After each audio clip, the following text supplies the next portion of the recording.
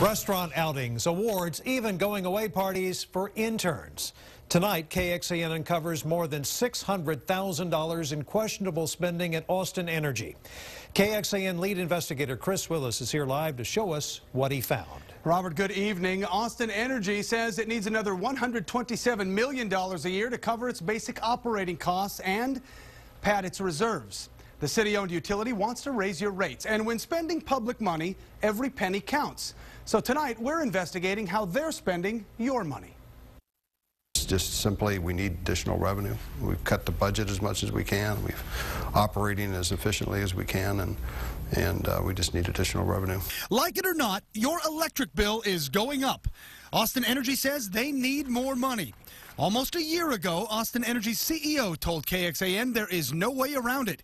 They've cut their budget to the bone, every way possible. We've been very tight on our budget management. Austin Energy has done a good job. But since Mr. Weiss made that statement, KXAN has discovered hundreds of thousands of dollars in their budget that has not been cut. Instead, that money, your money, has been spent at just about every restaurant in Central Texas. It's part of a KXAN open records request for two specific line items in Austin Energy's budget: food and ice and awards. Our request covers 2010, 2011, and year-to-date totals for 2012. We found thousands of dollars spent at Carrabba's, Cannoli Joe's, Bill Miller Barbecue, Art's Rib House, Saltgrass Steakhouse, Z Tejas, County Line, Hula Hut, just to name a few.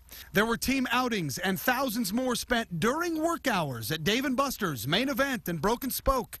There were employee bowling trips. We even found a bill for more than $1,800 at the IMAX Theater, where more than 100 employees took in a matinee. We have a hard time out here understanding. 73-year-old Charlie Remmert is a retired state employee on a fixed income. That bottom line right there that's the one that interests me. He's been an Austin Energy customer in the same home for 48 years. And his wife recently went back to work to help pay the bills. He says this type of spending at a city-owned utility makes a rate increase even tougher. I've seen a lot of changes in Austin, Texas. The biggest change I've seen is the wasteful spending of money down at City Hall. In addition to the restaurants and employee outings, we found more than $52,000 spent on gift cards for employees, tens of thousands on catered events, both on-site and at remote locations. There are employee lunches, holiday parties, end-of-the-year lunches, even farewell luncheons for the interns. One that included just 9 interns and 29 executives, supervisors, and HR staff members. In all, our request found $612,138 in food, ice, and employee award expenses. Well, it's all significant because I think we're very conscientious with every dollar that we spend. Cheryl Mealy is the Deputy General Manager of Austin Energy. She says the Austin Energy budget has been cut. The city-owned utility has not raised rates since 1994. And in that time, their service area has increased by 120,000 customers. There's a direct correlation between customer satisfaction and employee satisfaction. And when you have engaged employees, they will go the extra mile to serve the customer. Mealy says some of this money is for community outreach and events, and some is used for team building and employee morale. She points out the total budget for Austin Energy is $1.2 billion, and $600,000 over 2.5 years is less than 1% of that total budget. 1,700 people work at Austin Energy, and customer service reviews are high. Recognition of that type of service delivered, it's important that we have ways for managers and supervisors to recognize their employees.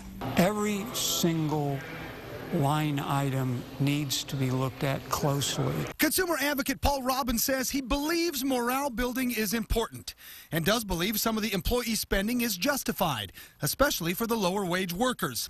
But he says in the face of a proposed rate increase, he understands the perception that type of spending gives. They have 130 employees that make over $100,000 a year. If that isn't morale building, I don't know what is. All right, Robert, we wanted to let you hear from Austin City Council members and the city manager about this, and it has been a long time since I've gotten this type of response from elected or appointed city leaders. First, We asked to interview Councilmember Kathy Tovo. Her office asked us to send her some of the highlights from the records we obtained so she could prepare for an interview. Once we sent those records to her, we never heard from her office again. We called Councilmember Mike Martinez's office. His aide said they'd call us back. Never did. Mayor Pro Tem Cheryl Cole's office said she was too busy for an interview, and we also tried to speak with City Manager Mark Ott. The city's public information office told us Ott was out of town until Friday of last week, but he actually returned on Wednesday. Then the city's media manager, Renee Tellis, told us the city was officially denying our request to speak with Mr. Ott. Well, meantime, if you want to take a look at Austin Energy spending, we've put all of this data on our website with this story. Just go to the homepage of KXAN.com, and we are going to follow this type of spending for you. So if you want to weigh in, log on and leave your comments at KXAN.com. Robert. Chris, as always, thank you. And if you have a story for the KXAN investigative team, just call us or email us.